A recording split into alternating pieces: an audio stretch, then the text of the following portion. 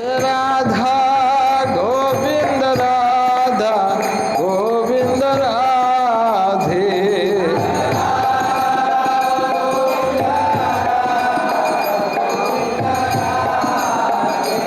प्रभुपाद प्रभुपाद प्रभुपाद प्रभुपाद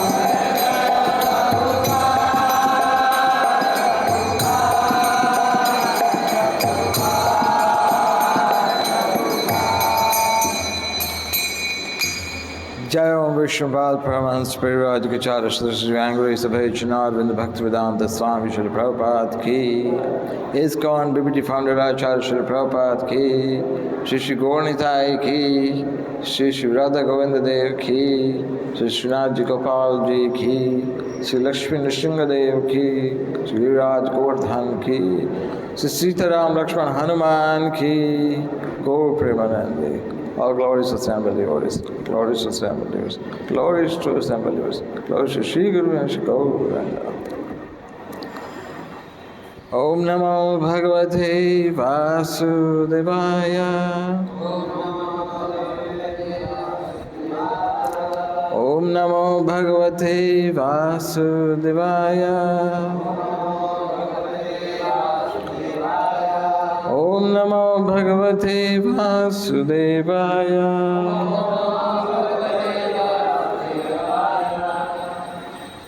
श्रीमद् भागवतम स्कंद 10 अध्याय 43 श्लोक संख्या 8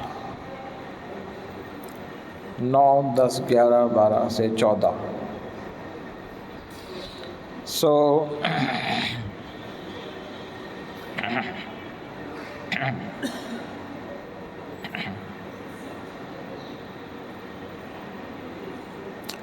श्लोक अनुवाद एक साथ हम पढ़ते हैं और उसके बाद 14वें श्लोक में हम दोहराएंगे. पुच्छे प्रगृह्याति बलम धनुषः पंचविंशतिं विचकर्ष यथा नागम सुपर्णा इव लीलया. अनुवाद. तब भगवान श्री कृष्ण ने बलशाली कोलिया पेड़ को पूंछ से पकड़ा और खेल खेल में वे उसे 25 धनुष दूरी तक वैसे ही घसीट ले गए जिस तरह गरुड़ किसी सांप को घसीटता है. सपर्यावर्तमानेन सव्यदक्षिणतोच्युता बभ्राम भ्राम्यमाणेन गोवत्सेनेव बालकः.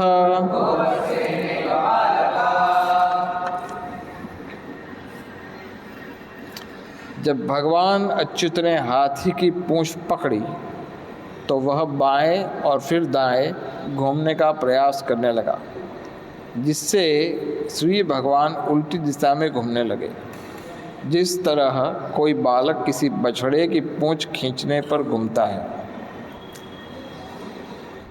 10 ततोभिमुखमभ्येत्य पाणिना हत्यवारणं प्राद्रवन् पातयामास स्पृश्यमान पदे पदे. तब श्री कृष्ण उस हाथी के सामने आए और उसे चपट लगाकर भाग गए. कोलिया पेड़ श्री भगवान का पीछा करने लगा. वह उन्हें प्रत्येक पग पर बारंबार छूता किंतु श्री कृष्ण बचकर निकल जाते. उन्होंने उसे झांसा देकर गिरा दिया. 11 सधावन क्रीडया भूमौ पतित्वा सहसोत्थिता तं मत्वा पतितं क्रुद्धो दंताभ्याम सोहनत क्षितिम श्री कृष्ण जुठलाते हुए खेल खेल में पृथ्वी पर गिर पड़ते और पुनः तेजी से उठ जाते। क्रुद्ध हाथी ने श्री कृष्ण को गिरा समझकर उन पर अपने दांत चुभोने चाहे, किंतु उल्टे वे दांत धरती से जा टकराए। बार बार स्वविक्रमे प्रतिहते कुंजरेन्द्रोत्यमर्षिता चोद्यमानो महामात्रे कृष्णमभ्यद्रवदृशा। जब हस्तिराज कोलिया पेड़ का पराक्रम व्यर्थ गया तो वह निराशा जनित क्रोध से जल भून उठा, किंतु महावत ने उसे अंकुश मारा और उसने पुनः एक बार श्री कृष्ण पर क्रुद्ध होकर आक्रमण कर दिया। 13वां तमापतंतमासाध्य भगवान् मधुसूदनः निगृह्य पाणिना हस्तं पातयामास भूतले। भगवान मधुसूदन ने अपने ऊपर आक्रमण करते हुए हाथी का सामना किया। एक हाथ से उसकी सूंड पकड़कर श्री कृष्ण ने उसे धरती पर पटक दिया। सो टेक्स्ट नंबर 14। पतितस्य पदाक्रम्य मृगेन्द्र इव लीलया दन्तमुत्पाट्य तेनेभं हस्तिपाश्चारन्नद्धरी। पतितस्य पदक्रम्य मृगेन्द्र इव लीलया दन्तमुत्पाट्य तेनेभं हस्तिपाश्चारन्नद्धरी। पतितस्य पदाक्रम्य मृगेन्द्र इव लीलया दन्तमुत्पाट्य तेनेभं हस्तिपाश्चारन्नद्धरी।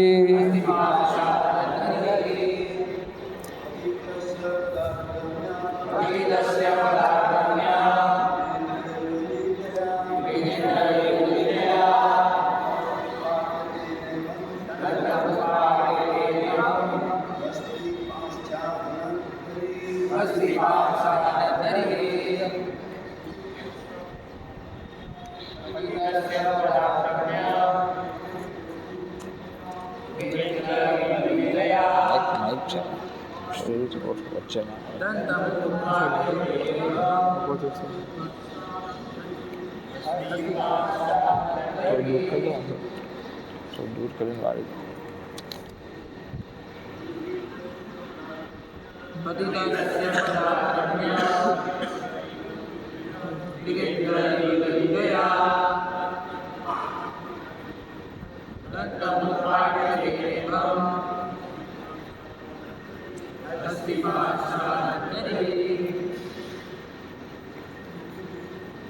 वैष्णवी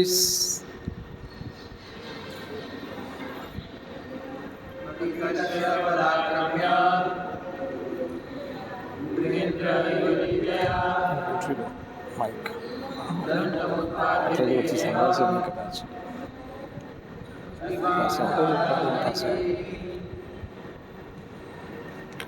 शब्दार्थ पतितस्य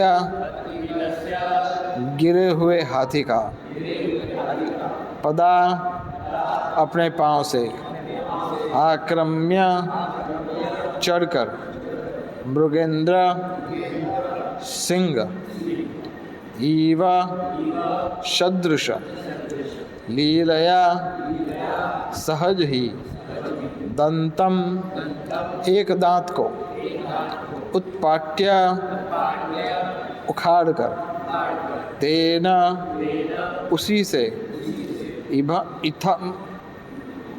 इभम हाथी को, अस्तिपान महावत को च भी अहनत मार डाला।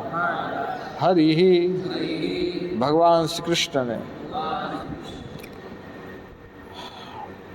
अनुवाद। तब भगवान श्री हरि शक्तिशाली सिंह के ही समान आसानी से हाथी के ऊपर चढ़ गए, उसका एक दांत उखाड़ लिया और उसी से उस जानवर को तथा उसके महावत को मार डाला। कृपया दोहराइए। तब भगवान श्री हरि शक्तिशाली सिंह के ही समान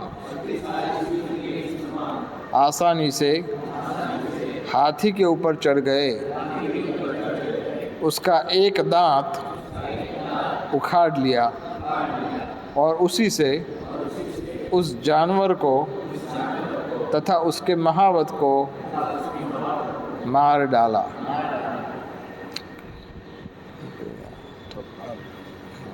पास लो, उसको टेबल पास में ले लो। I can read. त्यामुखी टेबल पास ले लो तो आई कैन रीड। ओके।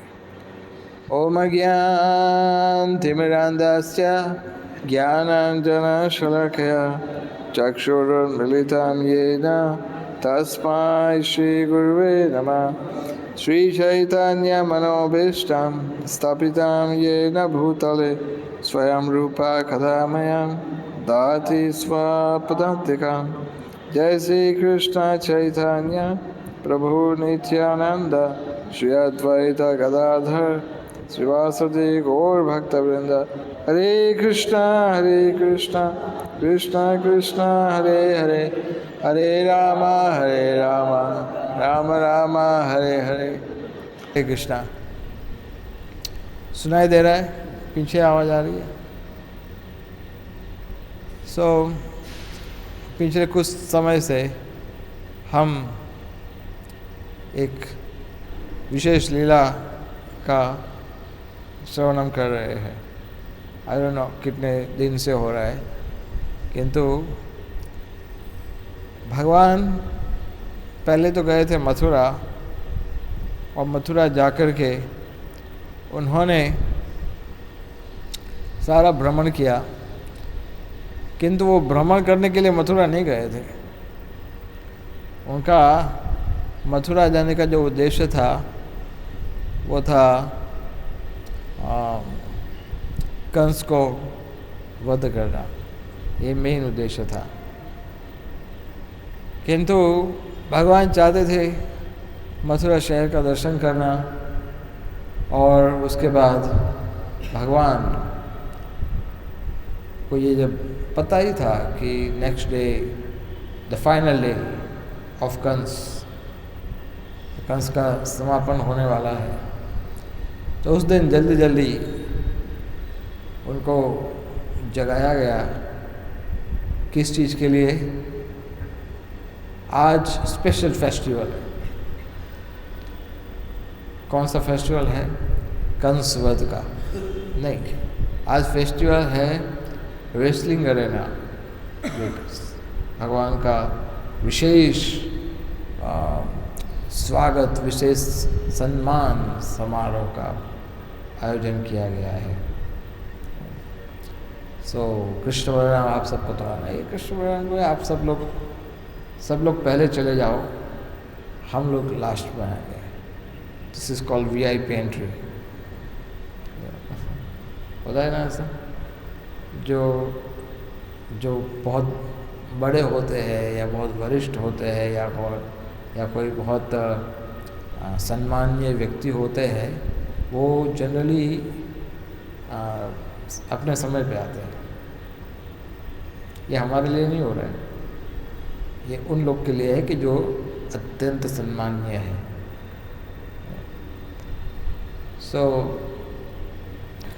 भगवान ने कहा कि मैं अंत में, और एक्चुअली भगवान को अंत में आने के पीछे दूसरा कारण भी था।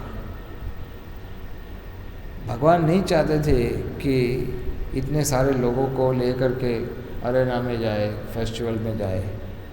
भगवान ऐसा नहीं चाहते थे, क्योंकि उनको पता था कि कुछ ना कुछ गड़बड़ी होने वाली है। अब सबको साथ में लेके जाएंगे तो सबको संभालो और एक झंझट, तो बेटर अकेले ही जाओ। प्राय कभी कभी ऐसे वो यशोमती रंजन प्रभु हमें कहा करते थे पहले, हम कहते प्रभु जी आप इसको ले जाओ, उसको साथ में जाओ, आपको बोले मैं अपना ध्यान रखूँ कि इन लोग का ध्यान रखूँ। तो प्रभु भगवान भी यही सोचे मैं अपना ध्यान रखूँ इन लोग, क्योंकि पास में ऐसा हो चुका था, वो अघासुर को मुंह खोल कर बैठा हुआ था, तो भगवान वहाँ पर उपस्थित थे। भगवान की लीला शक्ति ने भगवान का कहा माना ही नहीं, क्योंकि भगवान ने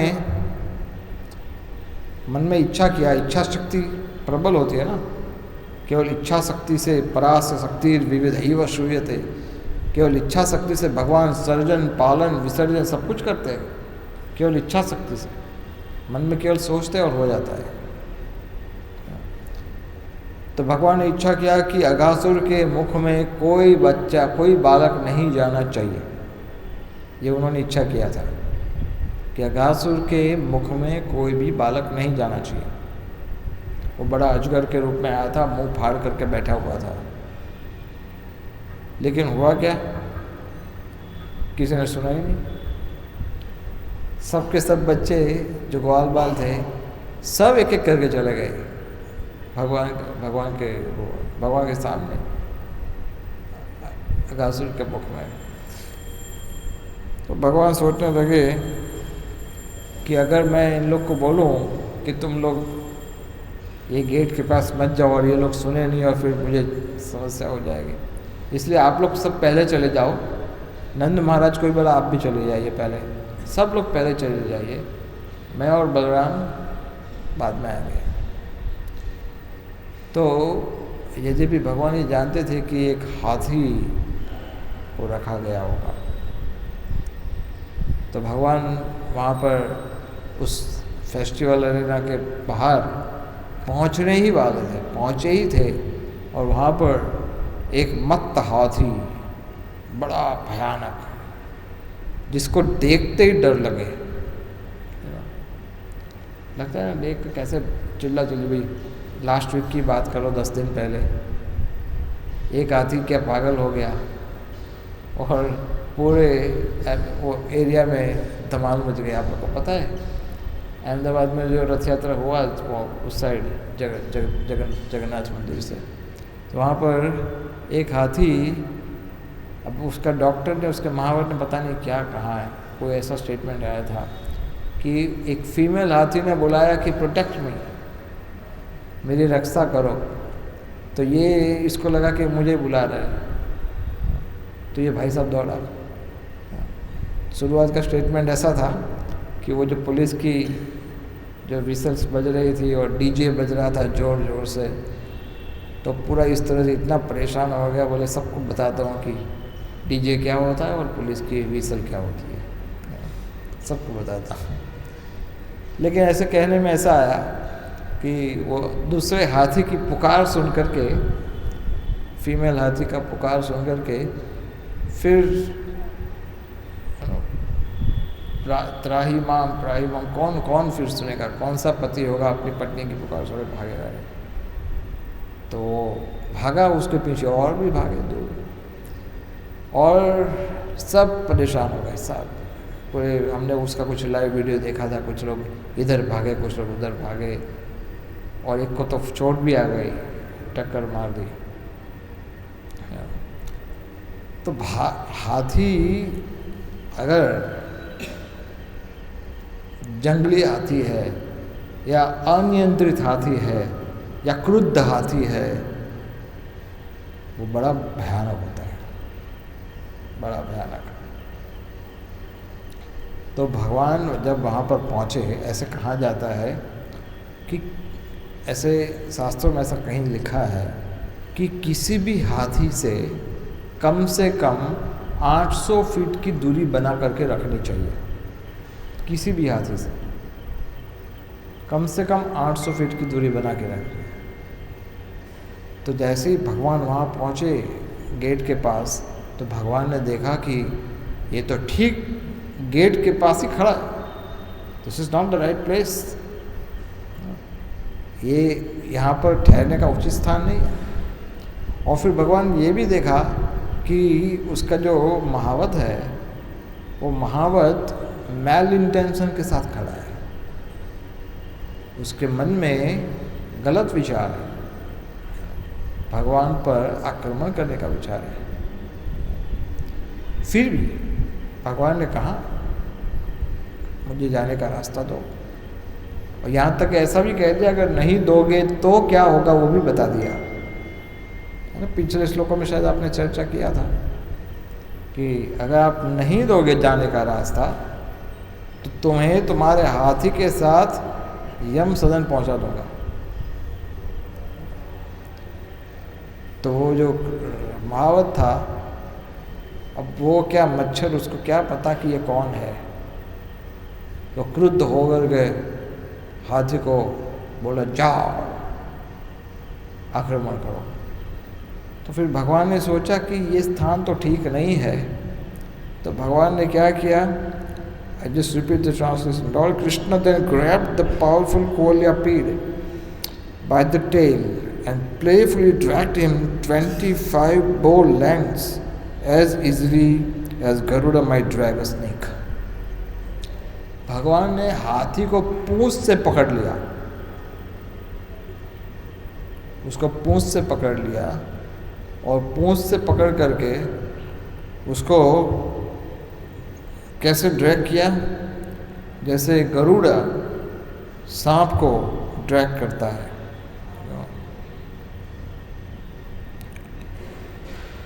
भगवान ने क्या किया था, जब हाथी ने आक्रमण किया तो भगवान ने चतुराई पूर्वक बहुत ही जल्दी से हाथी के पाँव के बीच में घुस गए और पीछे से आकर के हाथी की पूंछ पकड़ ली। अब हाथी इतना बड़ा होता है, वो इतना तेज़ी से किसी को स्पॉट नहीं कर पाता है,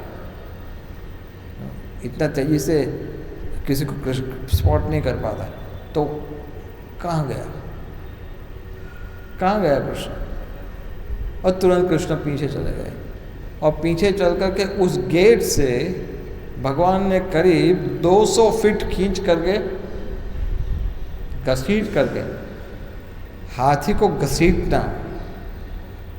that's not possible for anybody. हाथी को घसीट करके ले गए, और ये हाथी कोई साधारण हाथी थोड़ी ना था, ये हाथी हाथियों का राजा था, बड़ा शक्तिशाली राजा, कोई साधारण हाथी थोड़ी था ये। कोलियापीड़ हाथी कोई तुच्छ हाथी नहीं था, विंध्याचल में रहता था बहुत पहले यह हाथी। हुआ था ऐसा कि बलि महाराज, दैत्यराज बलि, उनका बेटा था, ये कथा अभी आपने सुना होगा शायद पिछले सप्ताह। दैत्यराज बलि, उसका बहुत सारे पुत्र थे, उसका एक बेटा था, उसका नाम था मंदगति। तो ये मंदगति इतना शक्तिशाली था, असुर था, दैत्य इतना शक्तिशाली था कि उसमें 10,000 हाथियों की शक्ति थी, इतना शक्तिशाली और इतना अभिमानी था कि अभिमान में जहाँ भी जाता था वहाँ हल्ला मचाता था, हंगामा मचाता था। वो अपने आप को बड़ा महान मानता था। श्री गौर निधाय की जाए, राधा गोविंद जी की जाए, श्रीनाथ जी गोपाल जी की जाए, कृष्ण सिंहदेव की जाए, सीताराम लक्ष्मण हनुमान की। तो बड़ा हल्ला मचाता था और अपने आप को बड़ा महान मानता था।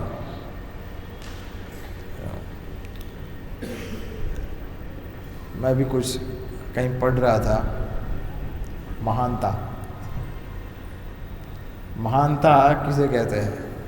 ग्रेट महानता। ऐसे तो बहुत सारे तरीके होते हैं महान के, किंतु महान, कोई भी व्यक्ति महान अपनी पोजीशन से नहीं होता है। कोई भी व्यक्ति महानता अपनी पोजीशन से नहीं प्राप्त करता। तो फिर महानता का एक तरीका होता है महानता प्राप्त करने का, his ability to reciprocate the loving relationship specially with the devotees. That is the his qualification of somebody to become great। कोई महान तब माना जाता है, ऐसा नहीं कि वो ये जो क्या नाम था इसका, मंदगति, बड़ा शक्तिशाली और सबको धमकाते हुए। एक बार उसने ऐसा सोचा कि हम दक्षिण यात्रा में जाते हैं। वो दक्षिण यात्रा में गया जहाँ पर उसका इच्छा था रंग क्षेत्र में। तो रंग क्षेत्र में वो गया यात्रा करने के लिए, तो लेकिन वहाँ पर बहुत भीड़ लगा हुआ था मार्ग में। तो इसने क्या किया, उसकी दोनों भुजा इतनी शक्तिशाली थी कि दोनों भुजाओं से वो लोगों को धक्का मार करके फेंक रहा था रास्ता बनाने के लिए। दोनों को फेंक रहा था दोनों हाथ से। किंतु इन जो यात्री थे उसमें एक बड़े तेजस्वी ऋषि थे। वो ऋषि, उनको बड़ा तेज धक्का लगा और ऋषि का नाम था त्रिता मुनि। तो त्रिता मुनि जो थे बड़े शक्तिशाली ऋषि थे और उनको धक्का लगा और धक्का लगा, वो गिर गए। वो एजेड थे, तो गिरे तो खड़े होकर कहा, दुष्ट, तू अपने आप को बड़ा अहंकारी मानता है, बड़ा शक्तिशाली मानता है, तुझे ऐसे धक्का लगा रहा है सबको जैसे बड़ा हाथी है, मत्ता हाथी है। मैं तुझे अभी इसी वक्त शाप देता हूँ कि तू इसी समय हाथी बन जा। तो उसको हाथी बना दिया गया ऑन द स्पॉट, उसको शाप मिला। किंतु जैसे ही पता पड़ा कि ये तो बड़ा शक्तिशाली ऋषि है, बड़ा शक्तिशाली मुनि है, तो तुरंत मंदगति ने ऋषि के पांव पकड़ लिया। कहा कि मुझसे गलती हो गई, मुझे नहीं पता था आप इतने शक्तिशाली ऋषि हो, मुझे क्षमा कर दो। अब मेरा उद्धार कैसे होगा, मैं इस तरह से हाथी बन जाऊंगा, तो मैं आपकी शरणागत हूँ। ऐसा सब होता है ना, कई बार जब संकट आता है तो सब लोग हाथ जोड़ के खड़े हो जाते हैं आपके सामने। तो ऋषि ने कहा ठीक है, नो प्रॉब्लम, किंतु मैंने तुम्हें शाप दिया है, वो शाप तो वापस नहीं जाएगा, किंतु मैं तुम्हें इसका मुक्ति का मार्ग बता देता हूँ। तुम्हें मुक्ति कब होगी? बोले ऐसा वरदान देता हूँ साथ में कि जो आज तक देवताओं को भी नहीं मिला। कैसा वरदान? तुम जाओगे मथुरा, जहाँ स्वयं भगवान प्रकट होने वाले हैं, और भगवान के हाथों जब तुम्हारा वध होगा तब जाकर के तुम्हारा उद्धार होगा, किंतु तब तक तुम्हें प्रतीक्षा करनी पड़ेगी।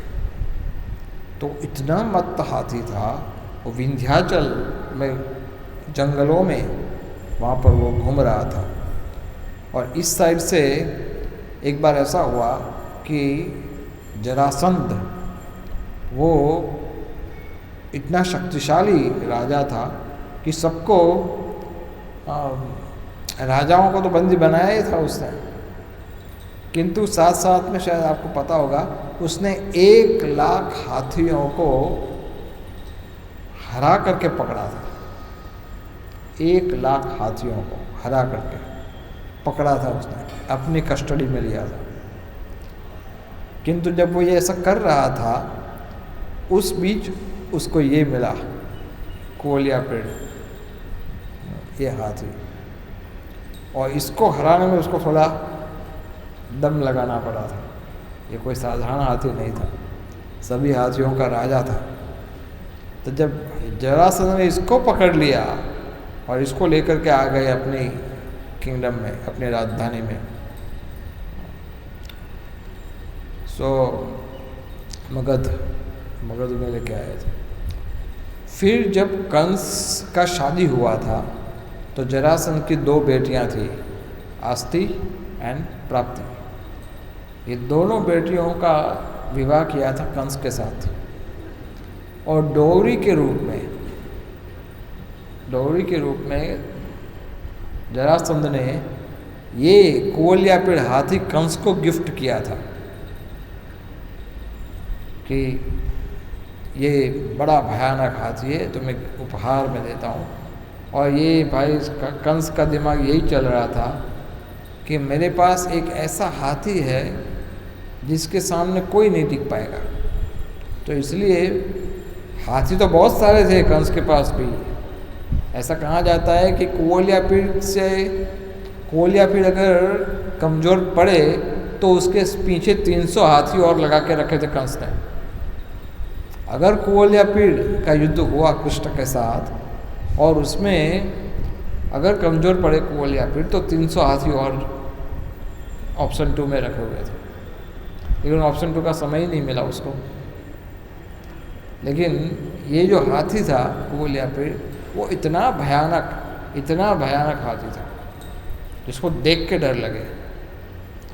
अब कृष्ण ने सोचा कि 800 फीट तक तो खींच के ले जा सकते हैं, लेकिन बहुत टाइम जाएगा इस सब चीज़ों में। 200 फीट तक खींच लेते हैं। 200 फीट तक के 25 धनुष का एक धनुष का अंदाज से हाइट होता है 5 से 8 फुट, 5 से 8 फीट एक धनुष का। आपने धनुष देखा है कभी? वो खिलौने वाला देखा होगा आपने धनुष। ज़्यादा से ज़्यादा ड्रामा में देखते होंगे, वो ड्रामा में धनुष लेके आते हो। आप लोग तो ड्रामा करते ही नहीं हो, लेकिन कहाँ करते हो? बहुत कम। You should have more dramas. Drama is one of the important and effective tool for preaching. Dramas.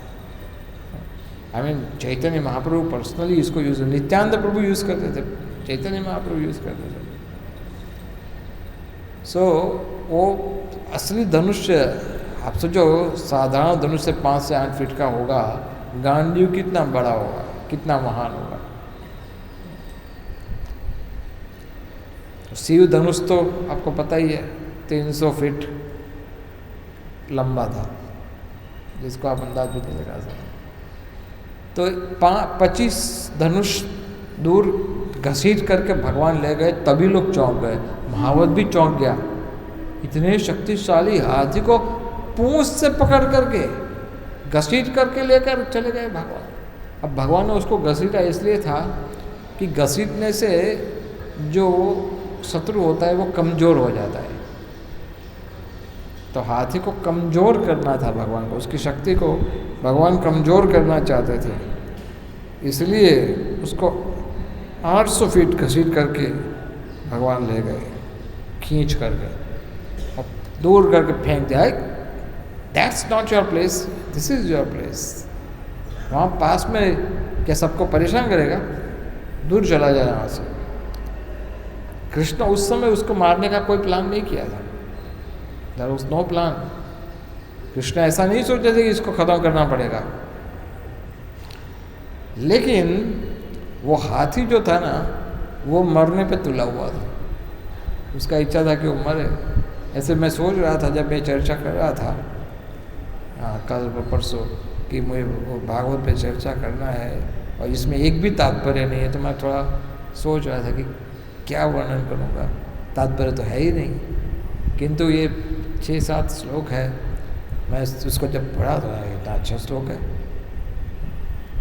भगवान ने उसको खींच करके लेके गए। तो उसके बाद वाले श्लोक में अच्छा यहाँ पर एक कहा गया है कि गरुड़ जैसे स्नेक को पकड़ता है। गरुड़ के सामने बड़े बड़े जो पाइथन होते हैं वो बहुत बड़े होते हैं। स्नेक अजगर बोलते हैं, क्या बोलते हैं, बहुत बड़े बड़े। उसको एक रूप से देखा जाए तो फिजिकल साइज तो बहुत बड़ी है, किंतु गरुड़ क्या करता है, कितना भी बड़ा सांप होता है वो उसके साथ खेल भी सकता है, उसको पकड़ करके फेंक दे। जैसे शत्रु, सांप का सबसे बड़ा शत्रु कौन है? गरुड़। जब निमाई पंडित वो सांप के ऊपर लेटे हुए थे, पता है आपको? निमाई छोटा बच्चा घर के बाहर सांप के ऊपर लेटा हुआ था, तो जब उनकी माता वहाँ बाहर आई, जोर जोर से चिल्लाने लगी, क्या? गरुड़ा गरुड़ा, जोर जोर से चिल्लाने लगी, रक्षा करो गरुड़ा, रक्षा करो। तो गरुड़ का तो आप जानते ही हो, जब राम लक्ष्मण को जब सर्पदंश लगा था तो गरुड़ को बुलाया गया था, ओ हेल्प करो। कालिया नाग का भी यही हाल था, गरुड़ के कारण छिपा हुआ था। तो गरुड़ और सांप का 36 का आंकड़ा हो रहा है। तो गरुड़ जैसे सांप को फेंक देता है उछाल करके, वैसे भगवान ने उसको उठा करके फेंक दिया। फिर कहा, as Lord Achyuta held on to the elephant's tail, the animal tried to twist away to the left and to the right, making the Lord swerve in the opposite direction, as a young boy would swerve when pulling a calf by the tail. भगवान जब हाथी में इस तरह से दूर चला गया तो भगवान ने उसकी पूंछ पकड़ी थी, तो हाथी लेफ्ट साइड मुड़ा अपने बाएं बाजू। क्यों? वो भगवान पर आक्रमण करना चाहता था। तो जैसे वो मुड़ा, हाथी लेफ्ट साइड मुड़ा, तो कृष्ण कहाँ चले गए? कृष्ण राइट साइड चले गए। तो उसको हाथी को लगा कि हाथी तो हाथी है, थोड़े बुद्धिमान है, तो ऐसे घुमा, तो उसको लगा कि कृष्ण राइट साइड से ज़्यादा जल्दी से पकड़ लूँगा, तो वो राइट साइड पे मुड़ा, तो कृष्ण कहाँ चले गए? लेफ्ट साइड चले गए। तो वो ऐसे जाते, वो कृष्ण ऐसे जाते थे, और फिर भी वो पकड़ नहीं पा रहा था। जैसे बछड़ा यहाँ कहा गया है, जैसे बछड़े के साथ भगवान जो बाल बाल खेलते हैं, ठीक उसी तरह से भगवान ने यहाँ पर खेलना चाहा था। यहाँ पर एक हमारे आचार्य कहते हैं कि प्लेफुली। इसका क्या मतलब है? पूंछ पकड़ करके उसके लेफ्ट में जाओ और राइट में जाओ, ये कोई, इसका क्या मतलब है? इसका कोई मतलब है नहीं। किंतु भगवान को बड़ा मज़ा आ रहा था, वो खेल रहे। उनको पुराने दिन याद आए थे कि जब मैं छोटा था तो बछड़ा कभी आता तो बछड़े के साथ ऐसे खेलते थे हम। कभी कभी उसके गोल गोल घूमते थे, कभी लेफ्ट में जाए कभी राइट में जाए। तो भगवान ने कहा कि बछड़े की जगह आज हाथी से ही खेल लेते हैं। तो हाथी की पूंछ पकड़ करके ऐसे ऐसे घूमने लगे, left right, was very playful. यहाँ पर एक अच्युत शब्द का उपयोग हुआ है इस श्लोक में। अच्युत शब्द, श्लोक सपर्यावर्तमानेन सभ्य दक्षिण तो अच्युत। अच्युत शब्द का अर्थ होता है कि जो कभी भी च्युत नहीं होते, जो कभी गलती नहीं करते, जिनकी शक्ति कभी भी समाप्त नहीं होती। भगवान कभी भी अपनी शक्ति को भूलते नहीं हैं, उनकी भगवत्ता शक्ति। उदाहरण बताओ।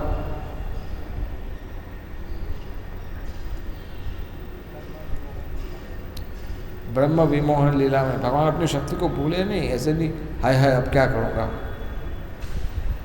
और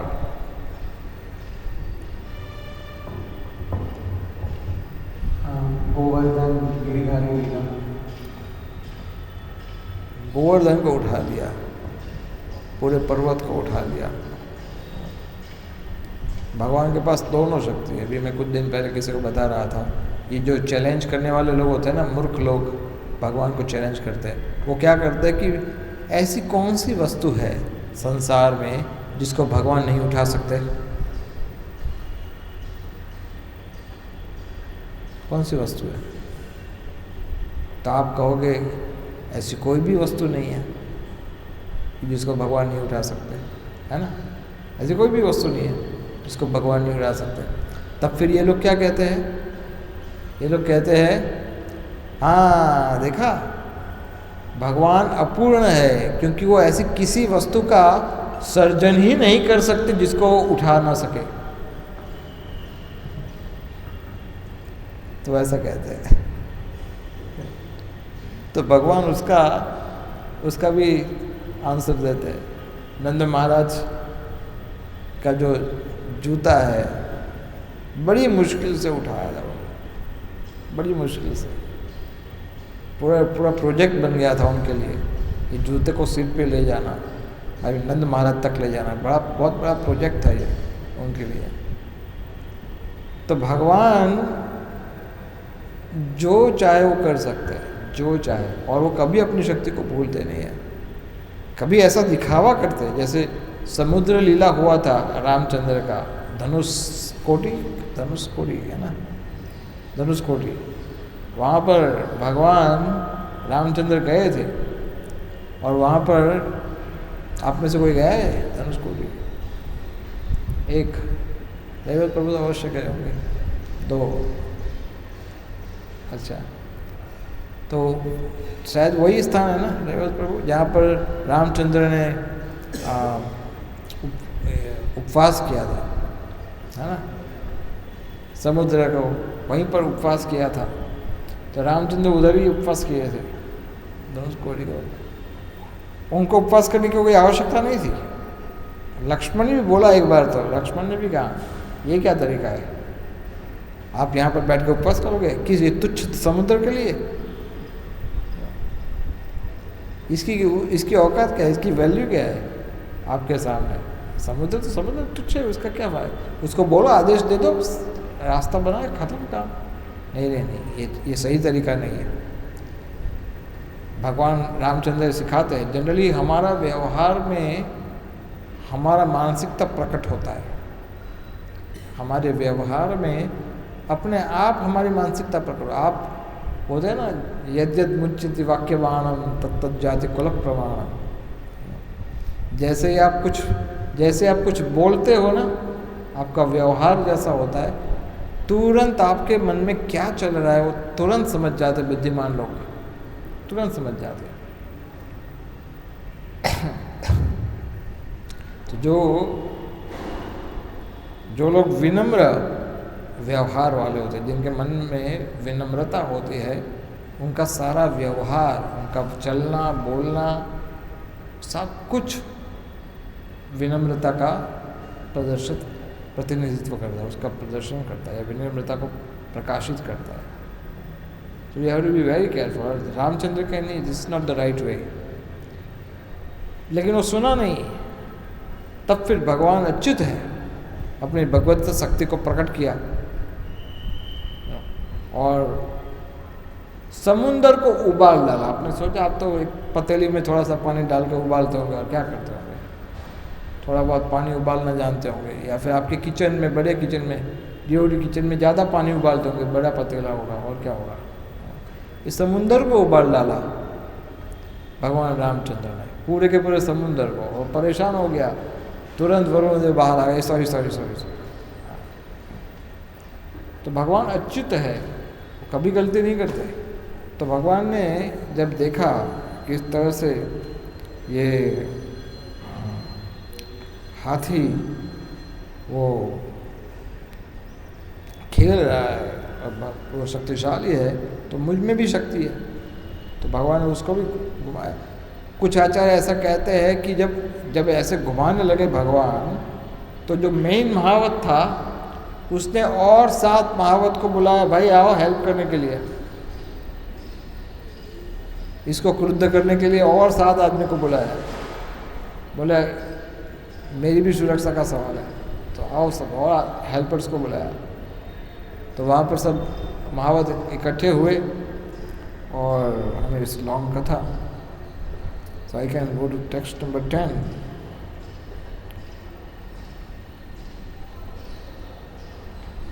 Krishna then came face to face with the elephant and slapped him and ran away.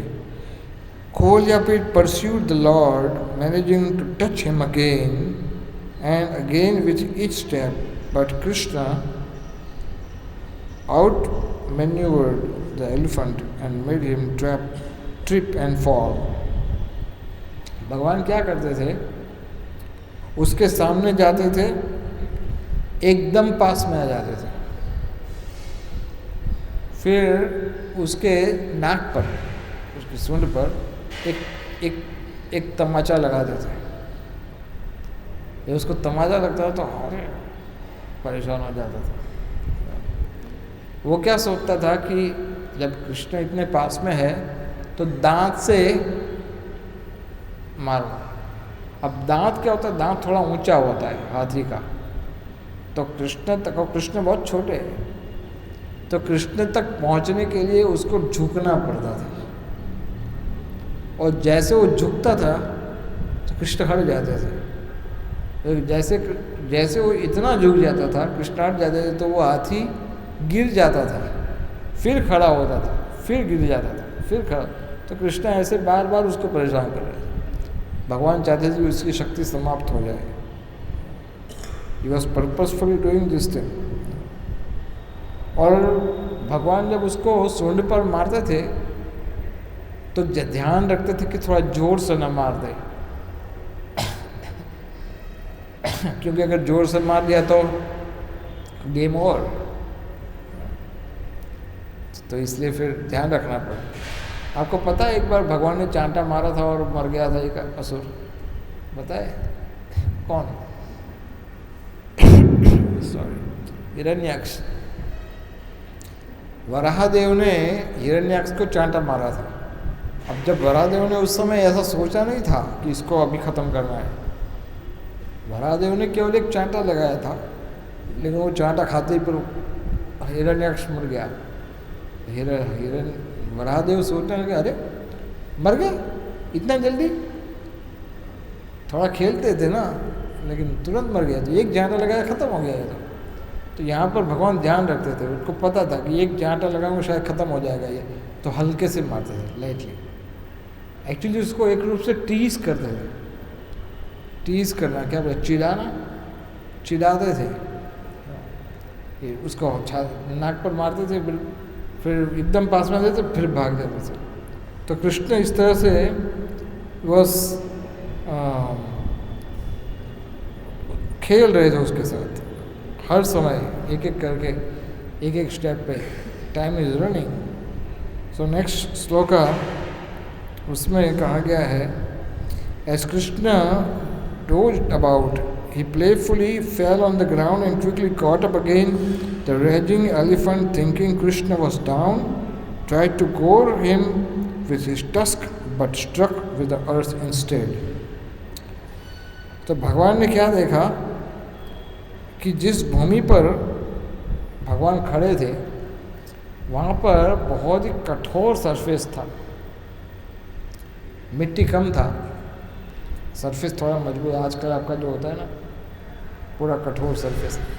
भगवान को लगा कि एक आइडिया, ये दांत मुझे मारने का प्रयास कर रहा है ना, ऐसा कुछ करता है कि इसके दांत को नुकसान हो और शक्ति खत्म हो जाए इसकी। तो भगवान ने क्या किया, उसके सामने गए और गिरने का नाटक किया कि मैं गिर रहा हूँ। ऐसे गिर गए थोड़ी देर के लिए, और हाथी बड़ा खुश हो गया, हाँ देखा देखा गिर गया, मुझसे डर गया। हिरण्यकशिपु का ऐसा हुआ तो पता है, नरसिंहदेव ने हिरण्यकशिपु को पकड़ा, इतना जोर से पकड़ा, लेकिन बाद में नरसिंहदेव ने उसको थोड़ा सा लूज कर दिया। तो हिरण्यकशिपु को क्या लगा, देखा मुझसे डर गया, तो छूट गया, छोड़ दिया। उसको लगा कि अब मैं उसको मारूंगा। तो हाथी ने क्या किया, जैसे कृष्ण एकदम पास में आए, गिर गए, तो उसने दांत से और पांव से भगवान को कुचलने का प्रयास किया, लेकिन जोर से दांत पटक दिया। कृष्ण तो बहुत दूर चले गए थे, तो उसका दांत जमीन के अंदर घुस जाता था, फिर खड़ा होता था। फिर ऐसा 3 बार भगवान ने किया, 3 बार गिरे खड़े हुए, गिरे खड़े हुए, गिरे खड़े हुए, और 3 बार वो हाथी जोर जोर से अपना दांत उसके अंदर डाल रहा था, 3 बार लगा था। सो इसे भगवान ढोंग कर रहे थे, ऐसे गिरे नहीं थे लेकिन ढोंग कर रहे थे गिरने का। तब उसके बाद वाले श्लोक में कहा गया है कि his prowess foiled, the lordly elephant Kolyapid went into a frenzied rage out of frustration, but the elephant keepers goaded him on and he furiously charged Krishna once again. तो अब क्या हुआ कि कोल्यापिड हाथी, उसने एक चीज़ नोटिस की। अब थोड़ा हम ये डिटेल में कथा सुन रहे हैं तो फिर थोड़ा, तो कोल्यापिड हाथी ने एक नोटिस किया कि कृष्णा उसके हाथ में आ नहीं रहा है और उसको चोट भी नहीं पहुंचा पा रहा है हाथी। तो फ्रस्ट्रेट हो गया, उसको दो चीज़ उसके मन में थी। एक तो क्रोध बहुत आ रहा था, बहुत क्रोधी था और निराश भी था। एक सेकंड के लिए उसने सोचा कि क्या नहीं मारना है, नॉट वेरी मच इंक्लाइन, उसका थोड़ा क्या बोलते हैं, उसका साहस थोड़ा कम हो गया। लेकिन उसको ठंडा ना हो इसके कारण वो जो महावत था उसने और एक बार जोर से उसको पीछे से पटक दिया हाथी ने, और खुद चढ़ गया उसके ऊपर, हाथी के ऊपर चढ़ गया और हाथी को धक्का मार करके एग्रेसिव बनाया। अब उसने क्या सोचा, हाथी ने दांत से मारने का प्रयास किया, कुछ नहीं हुआ। पाँव से मारने का प्रयास किया, कुछ नहीं हुआ। अब क्या करेंगे? हाथी ने सोचा कि अब मैं पूरा का पूरा शरीर, बड़ा विशाल का है, ये कृष्ण पर पटक दूंगा अपना पूरा शरीर। ऐसा उसने प्लान किया, बड़ा क्रोध में आ गया था। तो इस अवस्था से उसका क्रोध बहुत तेजी से प्रकट हो गया, बहुत तेजी से। और डबल, ऐसे यहाँ पर जो श्लोक का उपयोग हुआ है इसमें कहा गया है कि उसका जो गुस्सा था भगवान के प्रति वो डबल हो गया था, 2 गुना, क्योंकि वो परास्त हो रहा था बार बार। अब कृष्ण ने क्या देखा? कृष्ण ने देखा कि मैं इस हाथी को छोड़ देने को तैयार था और शायद इसको मैं मारता भी नहीं, किंतु ये हाथी जो है वो क्रोध से मेरी हत्या करना चाहता है। वो मुझ पे क्रोध कर रहा है। अगर वो केवल खेल खेलता तो कुछ नहीं करता मैं, किंतु ये क्रोध कर रहा है। अब इसका मृत्यु निश्चित है। नाउ कृष्ण डिसाइडेड कि ही मस्ट बी किल्ड। सो उसके बाद वाले श्लोक में, 13वें श्लोक में ऐसा कहा गया है कि the supreme Lord, killer of the demon Madhu, confronted the elephant as he attacked. Seizing his trunk with one hand, Krishna threw him to the ground. अब क्या हुआ? हाथी बड़ा तेजी से कृष्ण की ओर आ रहा था प्रहार करने के उपाय से। और you know what Krishna did? Krishna क्या किया? कृष्ण देखा दूर से कि हाथी मेरी ओर आ रहा है, बड़े प्रहार से, बड़े शक्ति से, तेजी से, हल्का सा दौड़ करके मेरी ओर आ रहा है। और कृष्ण ने क्या किया? कृष्ण हाथी के सामने शेर की भांति सीना टांग करके उसके सामने वैसे ही गए। अब दिस इज कॉल्ड हीरो।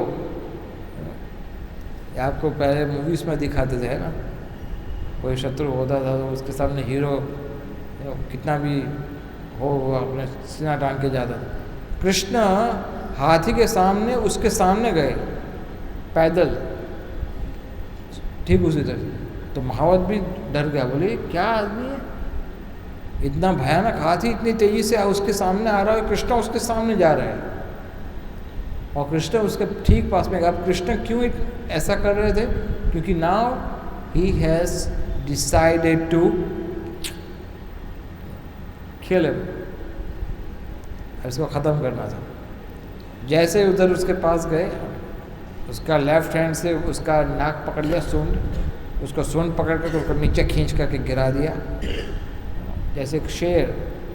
भगवान के लिए कौन सी बड़ी बात है, मधुसूदन है, भगवान मधुसूदन है। एक तुच्छ हाथी की क्या वैल्यू है? मधुसूदन का नाम भगवान का मधुसूदन क्यों हुआ? I just finish in 3 minutes। Madhusudan नाम क्यों हुआ? क्योंकि उन्होंने मधु नाम के राक्षस को मारा था। एक बार ऐसा हुआ था कि जब ब्रह्मा जी भगवान से वो सर्जन करने की बात चल रही थी, सृष्टि शुरुआत होने वाली थी, तो वहाँ पर भगवान ने उसको दर्शन दिया ब्रह्मा जी को, और वो सोच ही रहे थे कि सृजन कैसे करें। उतने में ऐसा हुआ कि गर्भोदक्षाय विष्णु, उनके कान में से, दोनों कान में से एक एक असुर का जन्म हुआ, एक मधु और एक Kaitabh, left and right, गर्भोदक्षाय Vishnu के बैठ से। और भगवान ऐसे भी कुछ आचार्य कहते हैं कि गर्भोदक्षाय पूरा समय ऐसे लेटे लेटे थे, थोड़ा इच्छा हुआ कि सारा लीला कामोदक्षाय विष्णु ही करेंगे, मैं कुछ नहीं करूँगा, मेरा मुख्य काम है ब्रह्मा को जन्म देना, वो तो किया, लेकिन एक दो असुर को भी मार देंगे। तो मधु और कैटब 2 असुर कान से प्रकट हुए भगवान के, और प्रकट होकर के दोनों ने अपने हाथ में लाया, बड़े अट्टहास्य किया, और पीछे मुड़ के देखा, अच्छा ये है भाई साहब जिससे हमने जन्म लिया है। कौन है? विष्णु, गर्भोदक्षाय विष्णु। दोनों ने सोचा तो क्या करना है, खत्म कर दे इसको।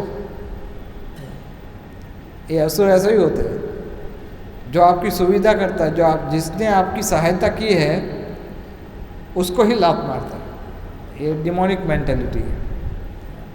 Those who have helped you in Krishna consciousness and you offend them, this is demonic mentality.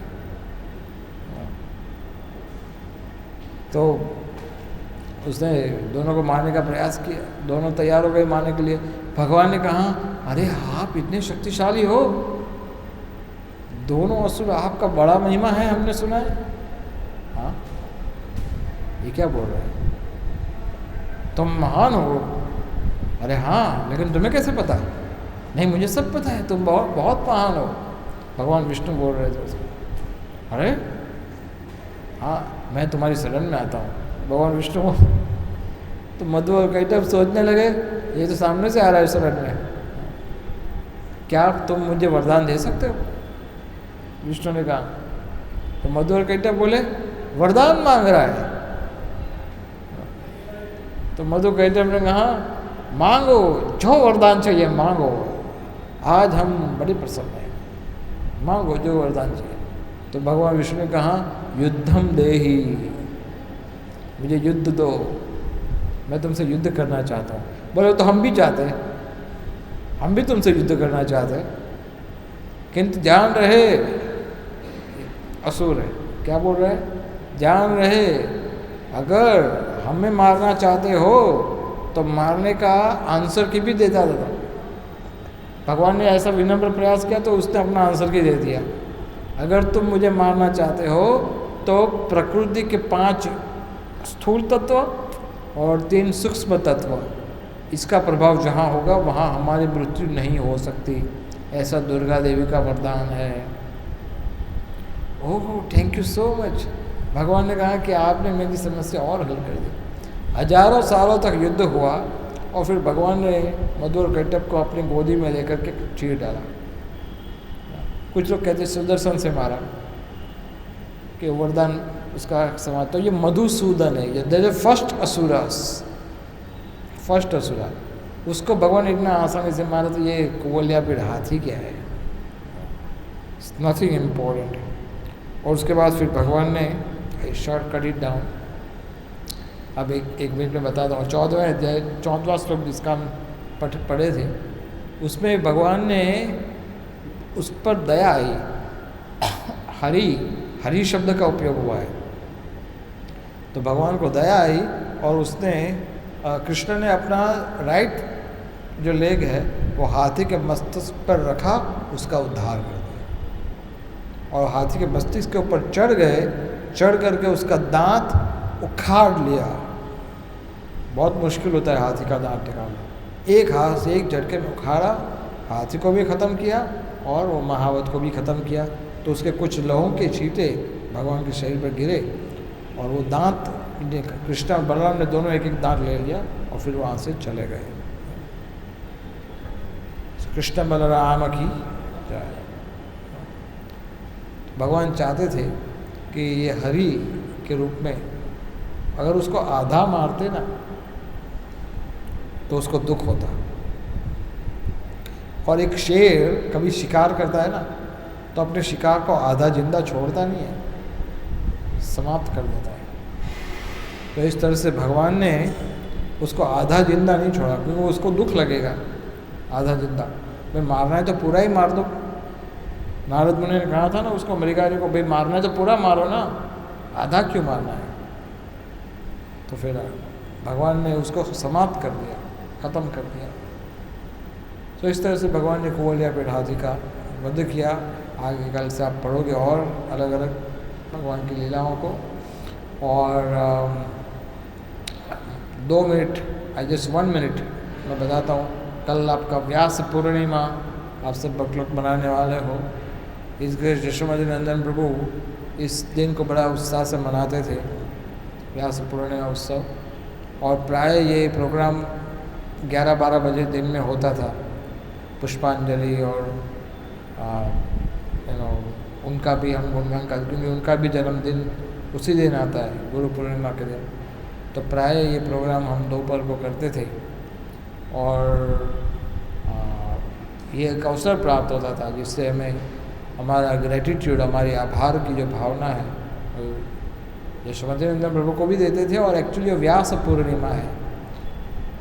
Vyas Purnima का अर्थ होता है व्यास देव का पूजा होता है उस दिन, व्यास पूजा भी बोलते हैं उसको। ये गुरु शिष्य परंपरा में हमारी सिस्टम ऐसी है कि गुरु के जन्मदिन को हम व्यास पूजा मनाते हैं, ये वैष्णव परंपरा। बाकी जनरली सभी लोग अपने गुरु का पूजा उस दिन करते हैं, व्यास पूजा के समय पे। तो ये गुरु का मुख्य काम क्या होता है, परंपरा से कृष्ण से जो संदेश है और कृष्ण का जो कृपा है वो परंपरा के माध्यम से अपने शिष्य को पहुंचाना, और शिष्य के द्वारा दिया गया उपहार, प्रेम, भक्ति, सेवा, शरणागति, ये सब कुछ गुरु के माध्यम से, अपने माध्यम से, परंपरा के माध्यम से कृष्ण तक पहुंचाना, ये होता है काम एक व्यास देव के प्रतिनिधि का। तो गुरु के रूप में अपने शिष्यों से अपना गुणगान सुनना, ये कोई बहुत गुरु के लिए एक तपस्या है, ये कोई बहुत अच्छी बात उनको नहीं लगती। क्योंकि किसी भी वैष्णव को अपना गुणगान सुनना पसंद होता है या नहीं होना चाहिए? क्या बात करते प्रभु जी? कोई आपका प्रशंसा करे आपको अच्छा नहीं लगेगा? लेकिन जो एक शुद्ध भक्त होता है उसको ये चीज़ बिल्कुल पसंद नहीं होती कि कोई उसका गुणगान गाए। किंतु भक्तों का उद्धार करने के लिए, शिष्य को कल्याण करने के लिए उनकी जो स्तुति है, उनका जो प्रशंसा है, वो खुद नहीं रखते अपने पास, वो परंपरा से कृष्ण को पहुंचा देते हैं।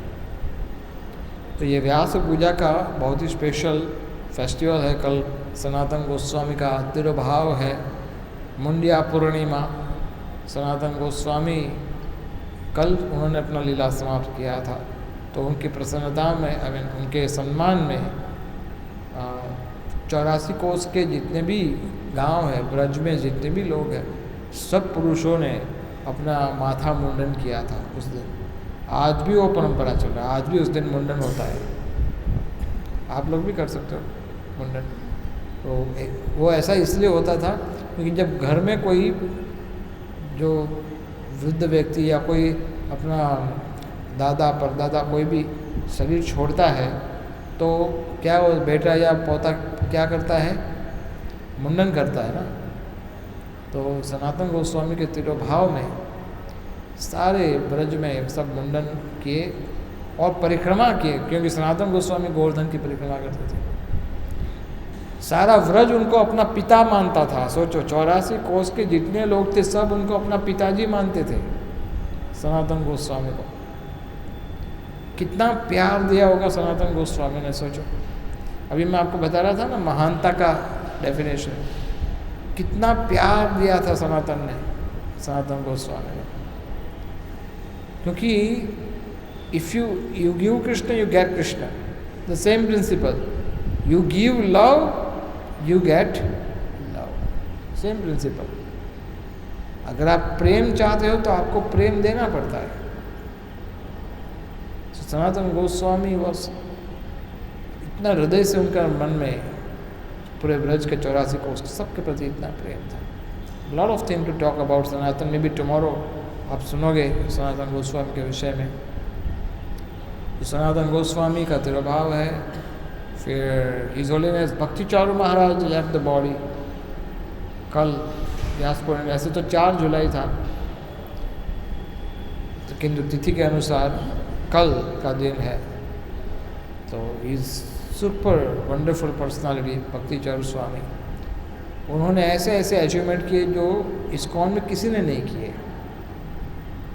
फॉर एग्जाम्पल अभय चरण, जो वीडियो आप देखते हो प्रभुपाद जी का सीरियल, जस्ट इमेजिन कि उन्होंने इसको बड़ी मुश्किल से किया था। ही हैड नो मनी, उनके पास धन नहीं था, किंतु बड़ी मेहनत के बाद एक व्यक्ति ने उनको ये धन दिया यूके से, लंदन से, और उसके बाद फिर उन्होंने इतना वो पैसा लौटाने का था, लोन पे दिया था वो इतना सारा पैसा, करोड़ों रुपए की आवश्यकता थी।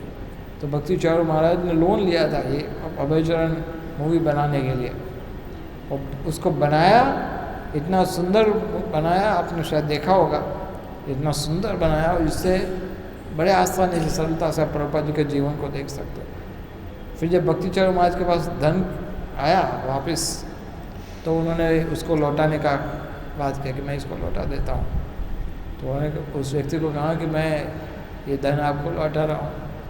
उस समय ऐसा चल रहा था कि हमारा जो लंदन का भक्तिवेदांत मैनोर का जो मंदिर है उस पर केस चल रहा था, और उस व्यक्ति को वहाँ पर सरकार को पैसा देने की आवश्यकता थी, बहुत ज़्यादा पैसा देना था। तो वो जो व्यक्ति था उसने कहा कि ये लोन का जो पैसा आप मुझे मत दीजिए महाराज, क्या करिए भक्तिवेदांत मैनोर का कर्जा उतार दो। और वो सारा पैसा उन्होंने ले लिया, और भक्तिवेदांत मैनर जो है वो इस्कॉन के नाम पे हो गया लंदन में। भक्ति चारू महाराज के ऐसे एक नहीं बहुत सारी उपलब्धियाँ हैं, सो मैनी। उसको भी शायद आप कल सुनोगे, टुमारो माइट हियर। और टॉक अबाउट जशोमनंदन प्रभु, आप हम जिस जहाँ पर आप बैठे हो वो सब स्थान स्क्रैच से जिसने शुरू किया, ऐसा बहुत ही रेयर डिसाइपल्स है प्रभुपाद जी के। जैसे मैंने पिछली बार बोला था कि प्रभुपाद जी के जितने भी गृहस्थ शिष्य हैं, इसमें जशोमनंदन प्रभु जैसा एक भी शिष्य नहीं है, एक भी नहीं, कि जिसने एक जोन में 12 मंदिर बनाए गृहस्थ होकर के। इम्पॉसिबल, दिखा के यू कैन फाइंड आउट, एक भी शिष्य ऐसा नहीं।